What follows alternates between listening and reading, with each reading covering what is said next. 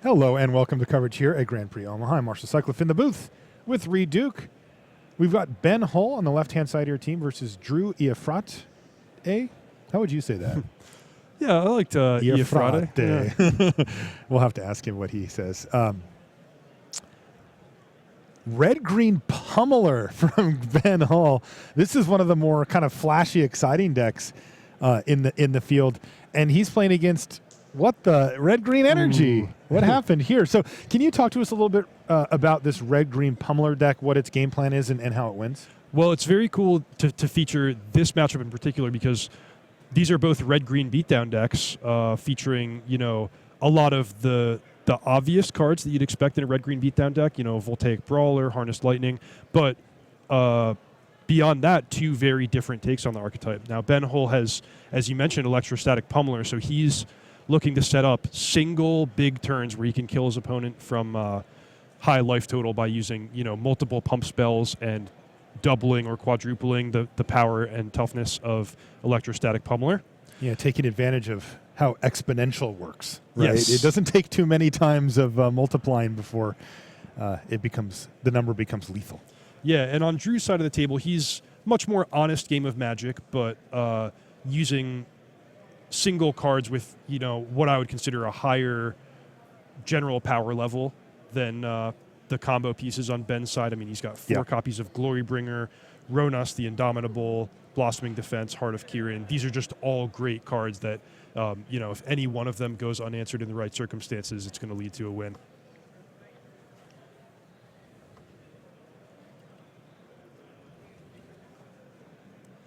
There's that namesake card there, Reed, Electrostatic Pummeler. I kind of want to see it go off, man. I've seen this deck on Magic Online before, and it is funny. Like, you don't need to, but it is capable of doing, like, thousands of damage in certain scenarios. Yeah. Literally thousands.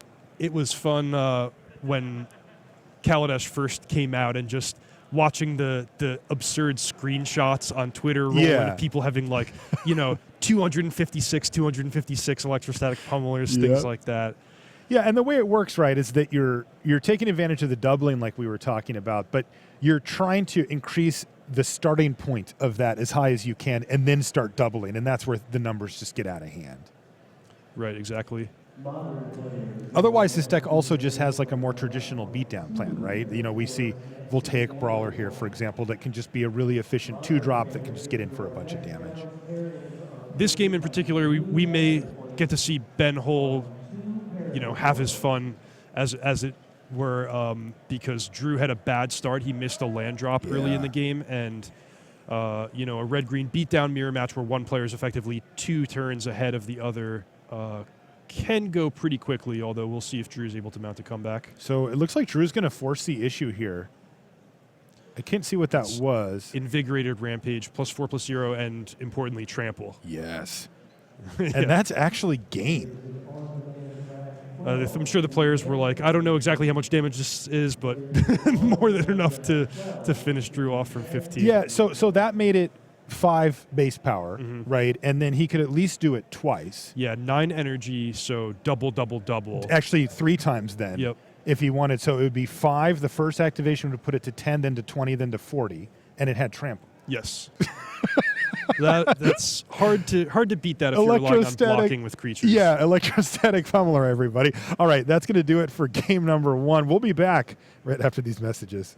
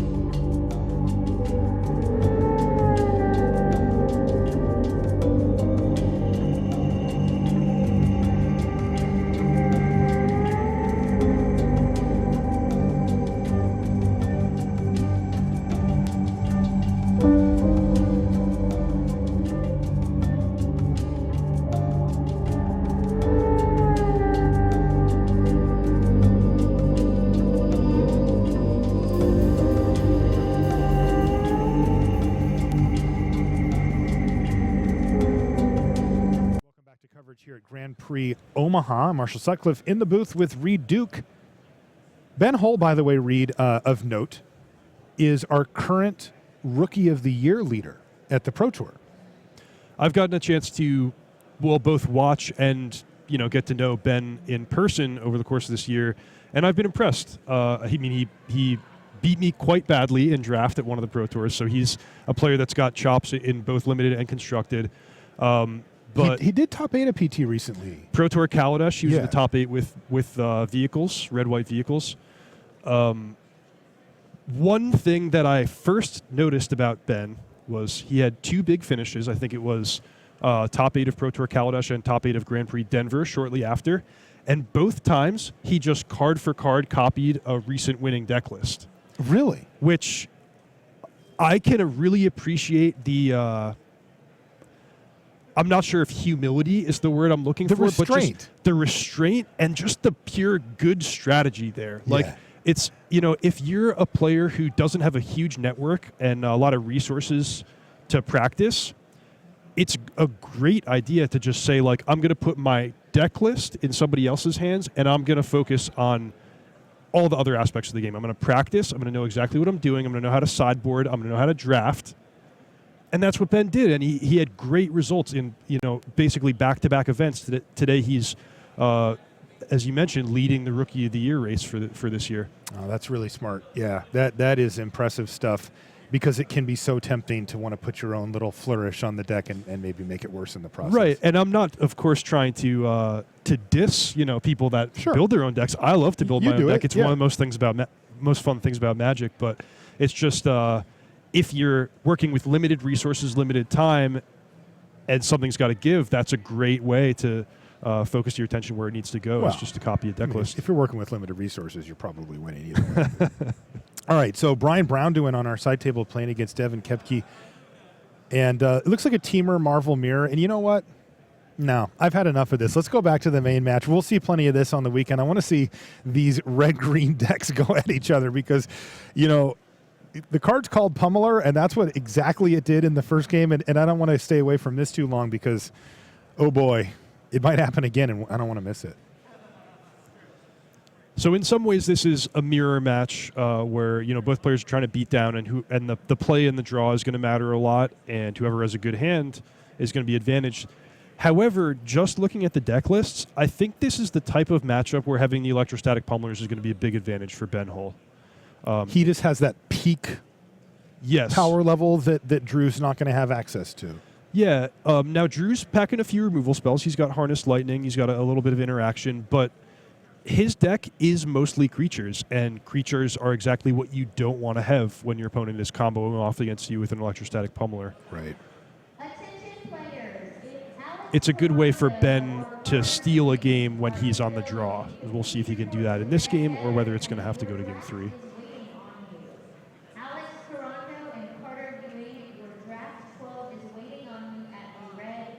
What do you think about Greenbelt Rampager? Just as a card. I like it. I'm a fan.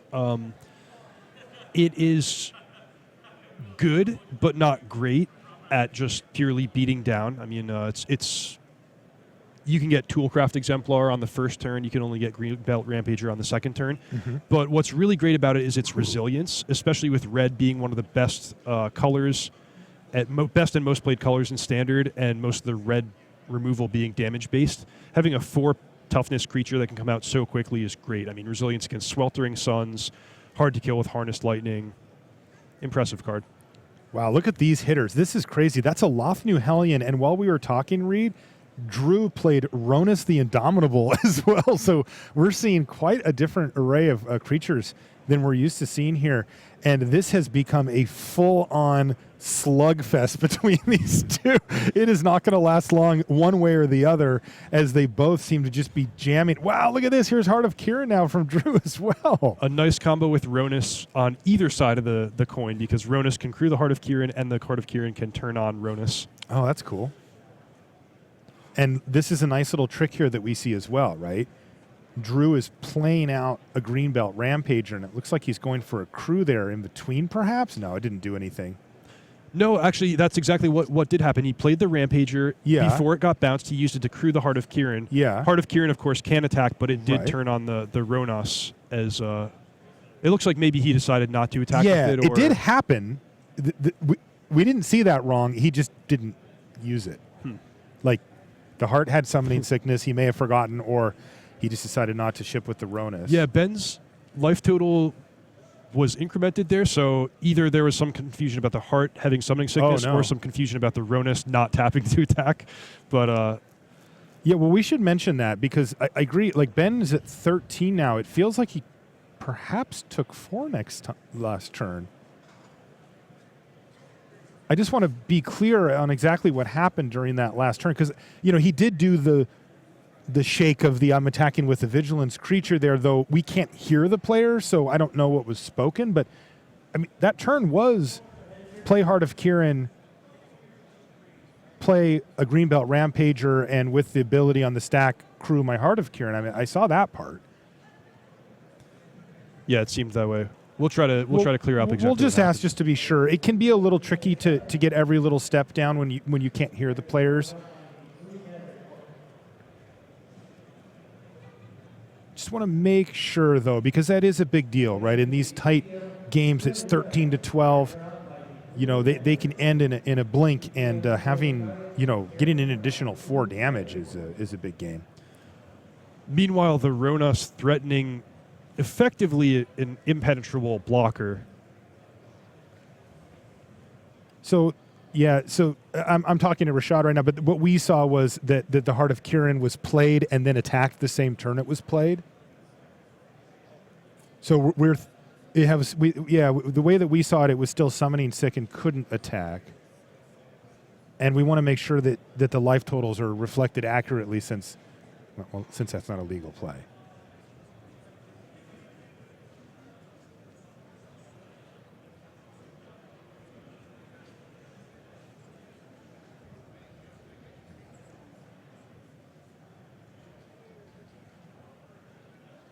Yeah, so you see Drew using this more or less the same body language we saw a turn ago. Yes. Which makes me think that must have just been an error attacking with the Heart of Kirin when it was supposed to have summoning sickness. Yeah, I think that is the case, though. They really should get it addressed just because the life totals are wrong, and they need to make sure that they handle that. I mean, it can be many different things that can lead to that. That's why I like it for, to have a judge come in and just clarify.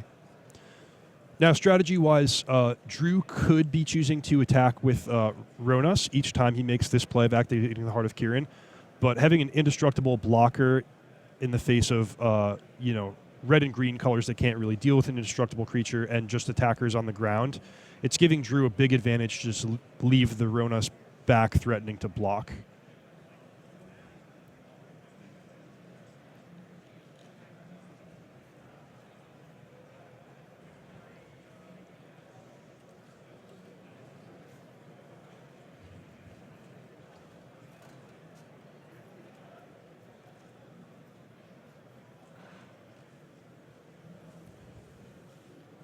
Well, I guess we asked about it, and this is one of those tough situations because I think the players don't think that there was any error there.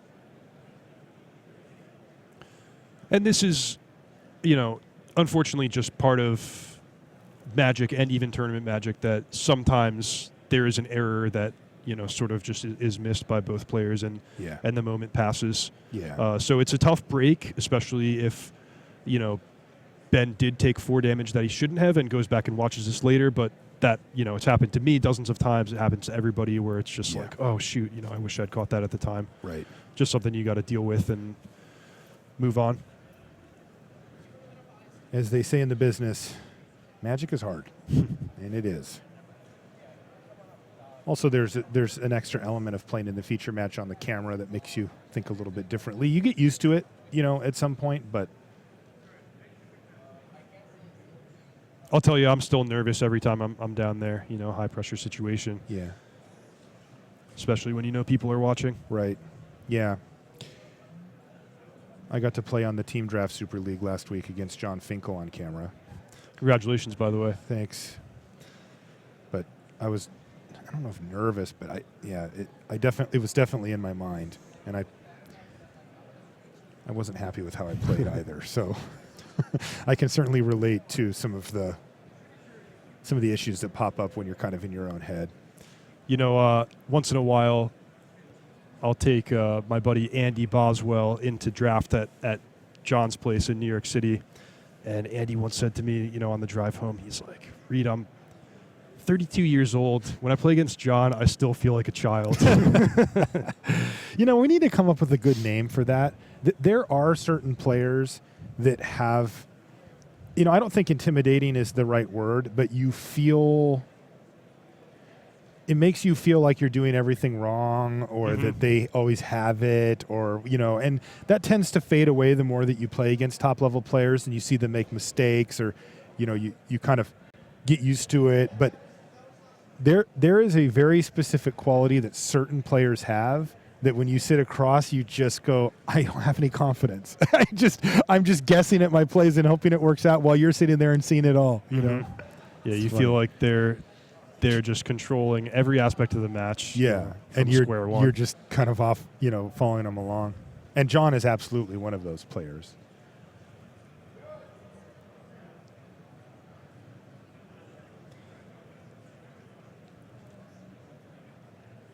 Lath New Hellion winds up biting the dust.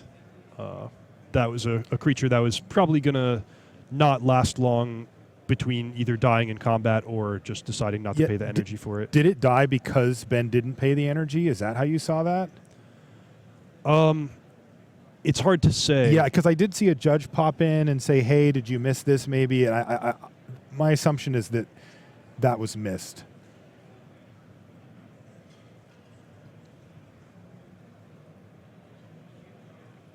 In any case, probably not a huge loss from Ben's perspective, since it couldn't really threaten anything on the ground as long as Ronus was there, and it was just going to keep draining his supply of energy. He may have just chosen to do that anyway. Sooner or later. Sooner or later, yeah. Mm-hmm. Yeah, Ronus, interestingly, just being a great roadblock here somehow.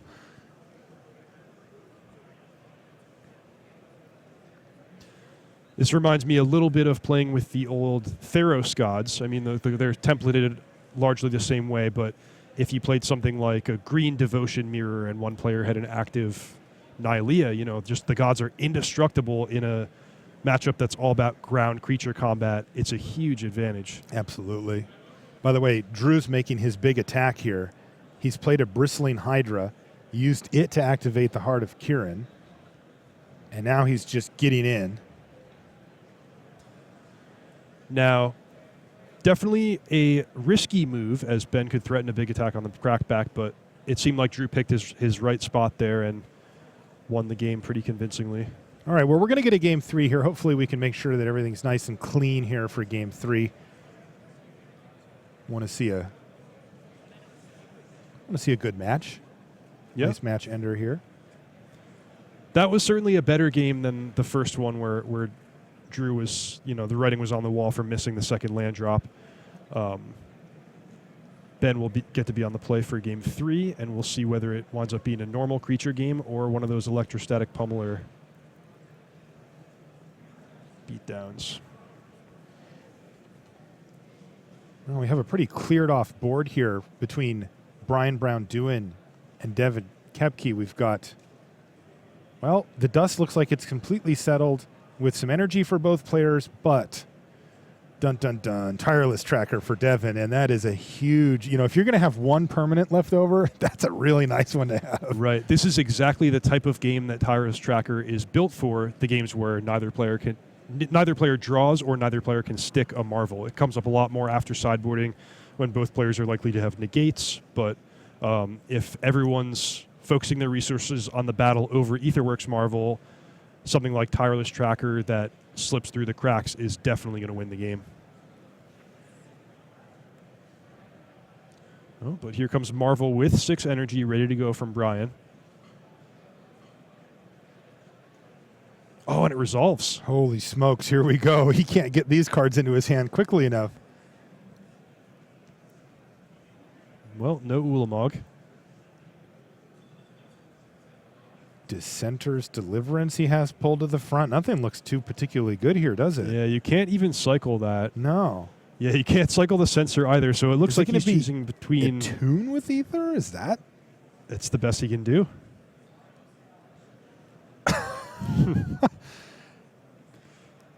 Oh, no. What a miserable hit here for Braun-Duin. Yeah. He has to shuffle those blanks back in, too.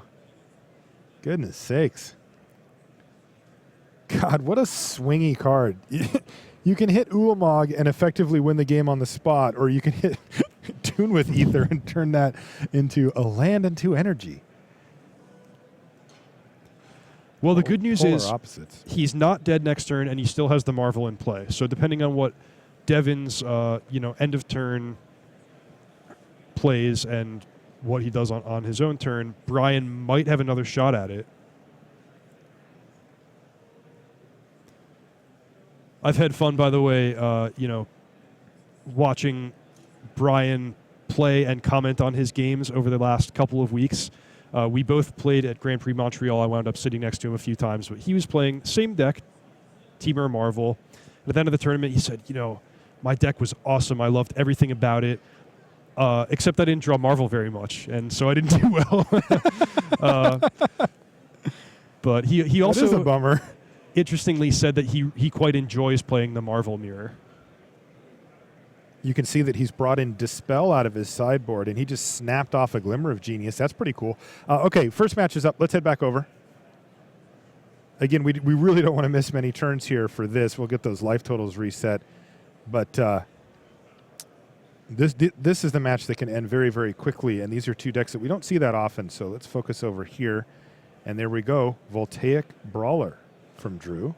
So both players with the start that they want. He should be at 2 energy, though, correct, Reed? Should be at 2 energy, yep. Yeah, let's get that corrected. That Drew should have 2 energy the way that we counted. He gets 1 from the hub, but he had to spend it.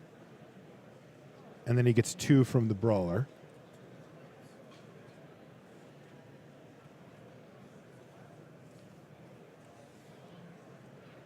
So let's see if we can call down and make sure that that gets fixed before anything. This guy's playing a little sloppy here. We got to make sure that these little things add up, right? Like in that other game, if that 4 damage was for real, that's a big thing. Having 1 additional energy is worth, addressing. Energy in general always makes me a little nervous. Not that I've seen too many big problems come up, but just something that's changing for both players so frequently and usually being kept track with dice rather than pen and paper. I feel like there's a lot of room for small errors. Yeah, I'm sure that, when the folks in R&D say, we want to do this cool new thing, they know, like, we're adding an extra layer here. They have to be careful with it, right? It's a touchy, you don't want to push that too far where if you've got, what if there was 5 colors of energy, right? And you've got all these, it can get out of hand quickly. Exactly.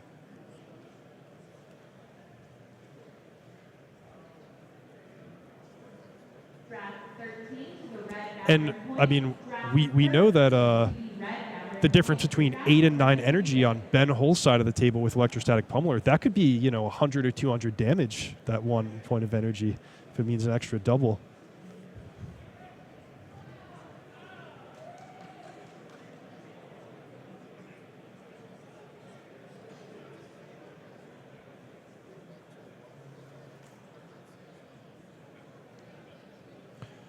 Okay, so what we missed was that Drew on turn 1 played Greenbelt Rampager, which is where the third. So he had an energy, then he played Ether Hub. Mm-hmm.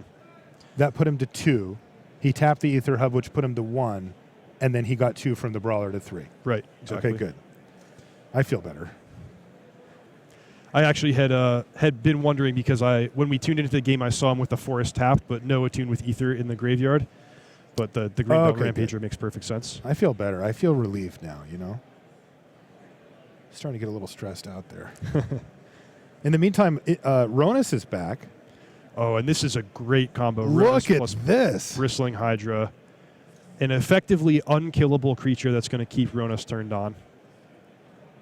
And Ronus being effectively unkillable as well. That's right. That is going to be a brick wall for Ben Hull to get through. Now, we know he does have ways to get through, though, right? Electrostatic Pummeler plus Trample plus, like what we saw in Game 1, actually can run over these types of creatures. Definitely. You make a great point, which is that if the game does stall out, that gives Ben plenty of time to set up one of these big turns with the Pummeler.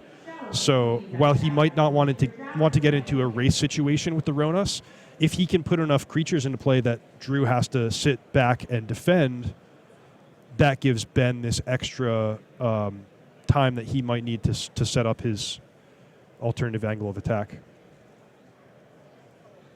We may have the life total switched here too, right? Didn't Ben attack and force that trade with Drew with the Voltaic Brawler? I don't think that Drew ever attacked for 5 onto Ben this game. I think it was the opposite, so maybe we'll get those double checked just to make sure.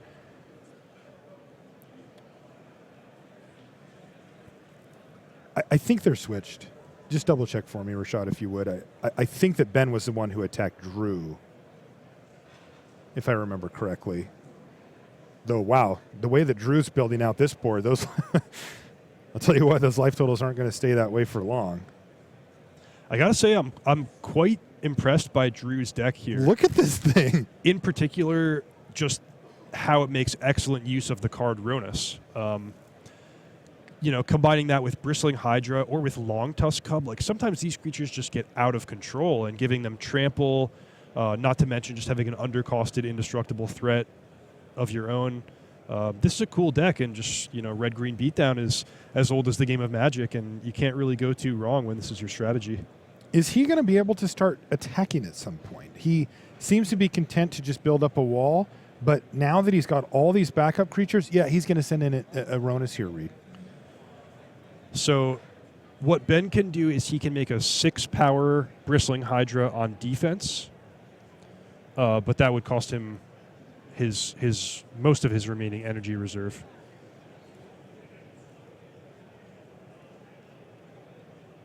And Ronus wouldn't die anyway. Yeah, indestructible. So they would just be holding each other off. Well, he's got Death Touch too, so. Oh, yep, of course. Yeah. Death Touch makes it even tougher. It's a really bad spot for Ben, right? I mean, Ronus is chump blockable, but you don't want to chump block with Bristling Hydra, right? Like, that doesn't sound like any fun at all. So it looks like Ben's going to fire off a Harness Lightning on Greenbelt Rampager. Well, they work out their energy. Targeting Rampager sort of makes me think that he's not intending to deal any damage, and maybe he's just cashing this in for 3 energy. Mm-hmm. No, he does decide to kill it. Well, that's not going to solve his problems here, though, is it? Yeah, this is looking a little grim for Ben. I think his way to win this game is with Electrostatic Pummeler, but he just hasn't drawn it yet.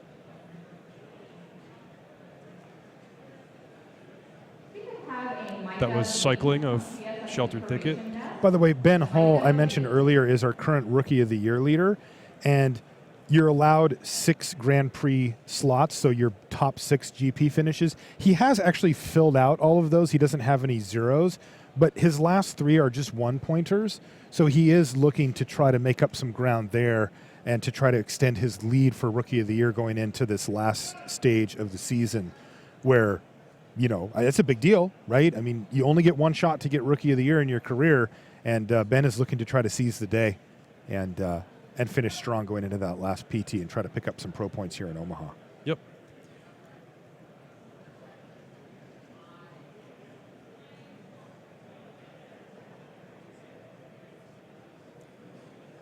This Bristling Hydra is getting frisky. Drew is trying to decide how he wants to block. I think the thing I love the most about this standard format is the creature combats. Because there are a lot of creatures. You mean like when Thopters chump block Ulamog? That part of the creature combat? That's a little bit less interesting. That wasn't what you were talking about. All right. But, Bristling Hydra is a perfect example of a creature where it has an activated ability, So you have to think about all of the various things your opponent could do, but there's a real cost of activating the ability. So, for example, if Drew's to put 4 or 5 power in front of the Hydra, Ben can react to that by spending energy, but is it worth it for him? Yeah. And then that's not even to factor in the possibility of Ben having instants and what can Drew do on the crackback. These are just really interesting, math problems and racing problems. Yeah. And it takes strong Magic players to navigate these situations. Yeah, these are complex situations for sure. And it looks like Drew's decided to go for that double block, and he's put a counter as well. So this is this kind of kicks off the festivities, doesn't game it? of chicken with who's going to spend more energy. Right.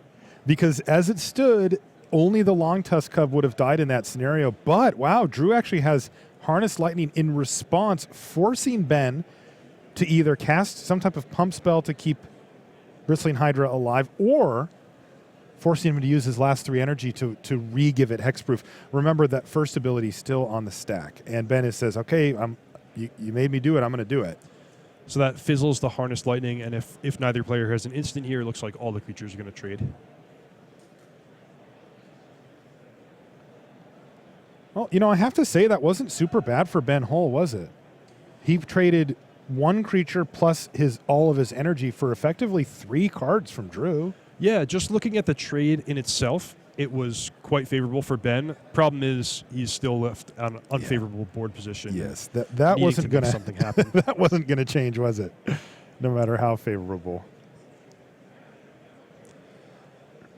And Drew doesn't really mind losing the Harness Lightning from his hand because, once he cleans out his spells, he can just dump all his mana into activating the Ronas, pumping other creatures, giving them trample. Good point.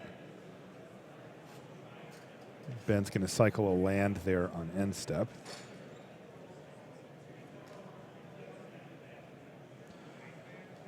Sheltered Thicket, also a really nice addition to a strategy like this because this is a deck where you really want to hit about 4 lands, but you really don't want to hit 7 or 8.